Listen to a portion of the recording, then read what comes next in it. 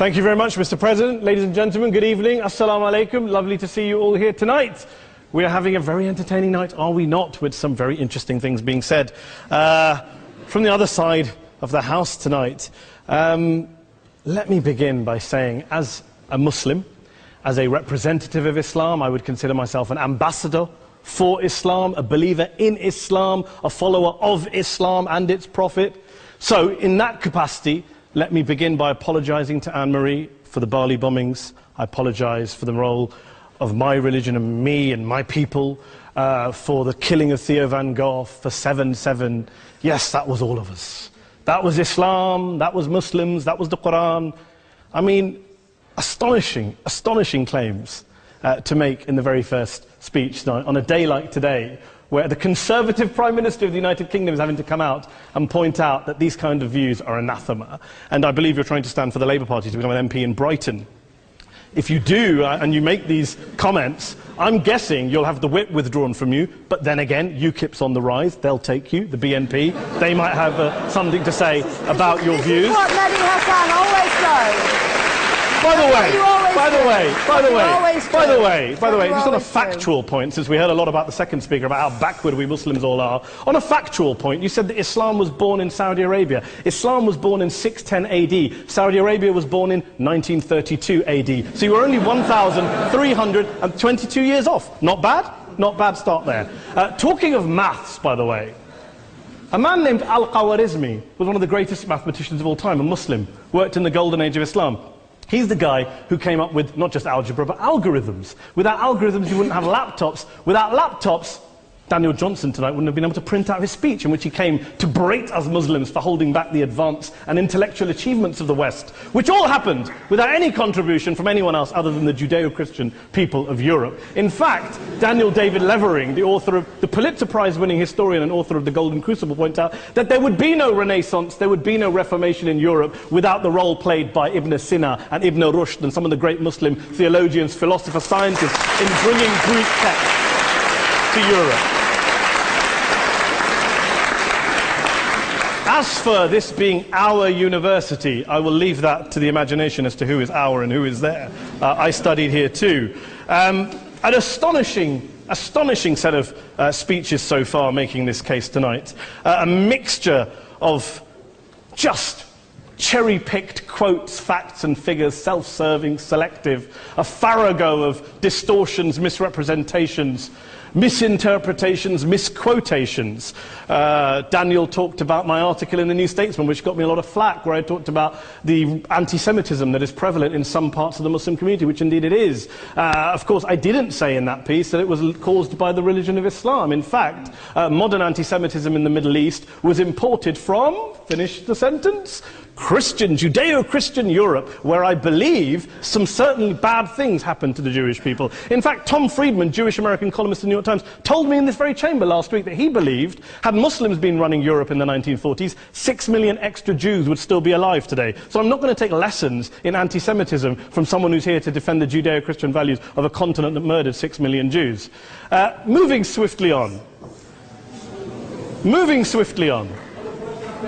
Yes. Absolutely. Well, I'm about to make that point. No, I'm about to make that point. You're right. I agree with you 110%. That is my point. I don't think Europe is evil or bad. I'm a very proud European. I don't want to judge Europe on that basis, but if we're going to play this gutter game where we pull out the Bali bombing and we pull out examples of anti-Semitism in the Islamic community, then of course I'm going to come back and say, well, hold on. I mean, look, let's be very clear. Daniel here was a last-minute replacement for Douglas Murray, who had to pull out. And Douglas and I have a well-documented differences, but to be fair to Douglas, as to be fair to Anne-Marie and to Peter, atheists.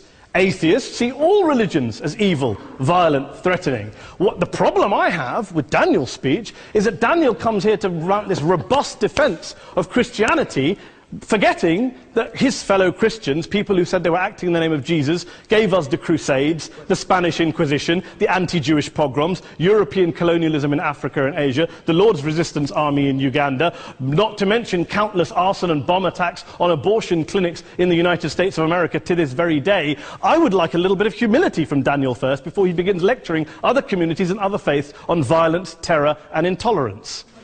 But, no thank you. Some water. But I would say this, to address the gentleman's very valid point here, I'm not going to play that game. I don't actually believe that Christianity is a religion of violence and hate because of what the LRA does in Uganda or what Crusaders did to Jews and Muslims in Jerusalem when they took back the city in the 12th or 13th or whatever century it was. I believe that Christianity, like Islam, like pretty much every mainstream religion, is based on love and compassion and faith. I do follow a religion in which 113 out of the 114 chapters of the Quran begins by introducing the God of Islam as a God of mercy and compassion. I would not have it any other way. I don't follow a religion which introduces my God to me as a God of war, as some kind of Greek God of wrath, as a God of hate and injustice. Not at all. As Adam pointed out, you go through the Quran and you see the mercy and the love and the justice. And yes, you have verses that refer to warfare and violence. Of course it does. This is not a motion about pacifism. I'm not here to argue that Islam is a pacifistic faith. It is not. Islam allows military action, violence in certain limited contexts. And yes, a minority of Muslims do take it out of that context. But is it religious? We talked about Woolwich. Daniel and Anne-Marie have suggested that it's definitely religion that's behind all of this. Well, actually, what I find so amusing tonight is we're having a debate about Islam. And the opposition tonight have come forward. We have a graduate in law, a graduate in modern history, a graduate in chemistry.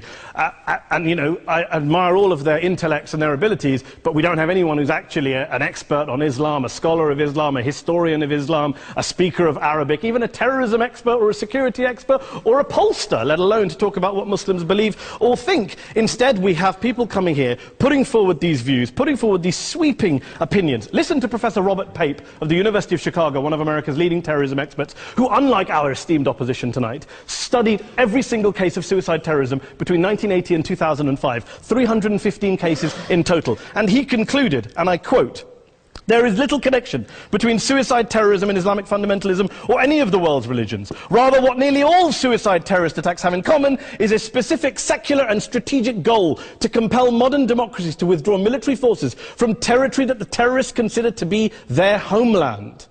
And the irony is, when we talk about terrorism, the irony is that the opposition and the Muslim terrorists, the Al-Qaeda types, actually have one thing in common. Because they both believe that Islam is a warlike, violent religion. They both agree on that. They have everything in common. Osama bin Laden would be nodding along to everything he's heard tonight from the opposition side. He agrees with them. The problem is that mainstream Muslims don't. The majority of Muslims around the world don't. In fact, a gentleman here started quoting all sorts of polls. Gallup carried out the biggest poll of Muslims around the world, of 50,000 Muslims in 35 countries. 93% of Muslims rejected 9/11 and suicide attacks. And of the 7% who didn't, they all, when polled and focus grouped, cited political reasons for their support for violence, not religious reasons. And as for Islamic scholars and what they say, well, Daniel talks about our University of Oxford. We'll go down to Oxford Centre for Islamic Studies, get hold of a man named Sheikh Afifi al-Akiti, who is a massively well-credentialed and well-respected Islamic scholar, who has studied across the world, who in the days after 7/7 published a fatwa denouncing terrorism in the name of Islam, calling for the protection of all non-combatants at all times, and describing suicide bombings as an innovation with no basis in Islamic law. Go and listen to Sheikh Tahir al-Qadri, one of Pakistan's most famous Islamic scholars, who published a 600-page fatwa condemning the killing of all innocents and all suicide bombings unconditionally without any ifs or buts. There's nothing new here. This is mainstream Islam, mainstream scholarship, which has said this for years. You don't go out and kill people willy-nilly in the high street or anywhere else, on a bus or a mall, based on verses of the Quran that you cherry-pick without any context, any understanding, any interpretation, or any commentary. Point of information. Please. Well, it doesn't happen apparently. I didn't say it doesn't happen at all. I never said it didn't happen. I don't blame Islam. Yes, it's a very good point. And a lot of us are campaigning against that. And we're campaigning against it in the name of Islam. We're campaigning against it in the name of various interpretations of Islam. Anne-Marie comes and scares us with her talk of Sharia law. I would like to see the book of Sharia law. It doesn't exist. People argue over what Sharia law is. And you empower the extremists by saying there is only one version. You empower them all. I don't believe you took any interruptions, Anne-Marie, so I think you should stay there for a moment. Several countries. Here's what we're dealing with. Here's what we're dealing with. We are dealing, I took your point. Here we are dealing with a 1400-year-old global religion, followed by 1.6 billion people in every corner of the world, a quarter of humanity, of all backgrounds, cultures, ethnicities. And yet the opposition tonight wants to generalize, stereotype, smear, in order to desperately win this debate. And here's my question, if we're going to generalize and smear. If, okay, people say yesterday's bombers, and we've got to be careful, there's a trial going on, were yesterday's attackers, motivated by Islam? Big debate. I don't believe they were. Let's say they were. Let's say Faisal Shahzad, the Times Square bomber, was motivated by Islam. Let's assume, for sake of argument, that Richard Reeves, the shoe bomber, was motivated by Islam. If Islam is responsible for these killings, if Islam is what is motivating these people, and Islam is therefore not a religion of peace, a religion of war, then ask yourself this question: why aren't the rest of us doing it? Why is it such a tiny minority of Muslims are interpreting their religion in the way that the opposition claim they are? Let's assume there are 16,000 suicide bombers in the world. There aren't. Let's assume there are for the sake of argument. That's 0.001% of the Muslim population globally. What about the other 99.99% of Muslims who the opposition tonight either ignore or smear? The reality is that the rest of us aren't blowing ourselves up tonight. The reality is that the opposition came here tonight not worried about the fact that me and Adam might pull open our jackets and blow ourselves up tonight because we're followers of a warlike warrior religion which wants to take over Europe and Daniel's university. The issue is this. The issue is this. Unless the opposition can tell us tonight, and Peter Atkins is here, one of our great atheist intellectuals, can tell us tonight, they can answer this question tonight: why don't the vast majority of Muslims around the world behave as violently and aggressively as a tiny minority of politically motivated extremists? Then they might as well give up and stop pretending they have anything relevant to say about Islam or Muslims as a whole. Ladies and gentlemen, let me just say this to you. Think about what the opposite of this motion is. If you vote no tonight, think about what you're saying the opposite of this motion is. That Islam isn't a religion of peace, it's a religion of war, of violence, of terror, of aggression. That the people who follow Islam, me, my wife, my retired parents, my 6-year-old child, that 1.8 million of your fellow British residents and citizens, that 1.6 billion people across the world, your fellow human beings, are all followers, promoters, believers in a religion of violence. Do you really think that? Do you really believe that to be the case? They say that in the Oxford Union, the most famous debate was in 1933, when Adolf Hitler looked out for the result of the King and Country motion, where they voted against fighting for King and Country, and Hitler was listening out for the result. Well, tonight, 80 years on, there are two groups of people around the world who I would argue are waiting for the result of tonight's vote. There are the millions of peaceful, non-violent, law-abiding Muslims both in the UK, Europe, Asia, Africa and beyond, who see Islam as the source of their identity, as a source of spiritual fulfillment, of hope, of solace.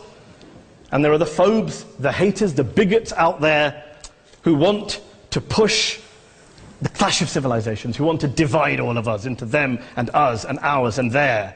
Ladies and gentlemen, I urge you all not to fuel the arguments of the phobes and bigots. Don't legitimize their divisions. Don't legitimize their hate. Trust those Muslims who you know, who you've met, who you hear, who don't believe in violence, who do want you to hear the peaceful message of the Quran as they believe it to be taught to the majority of Muslims, the Islam of peace and compassion and mercy, the Islam of the Quran, not of Al-Qaeda. Ladies and gentlemen, I beg to propose this motion to the House. I urge you to vote yes tonight. Thank you very much for your time.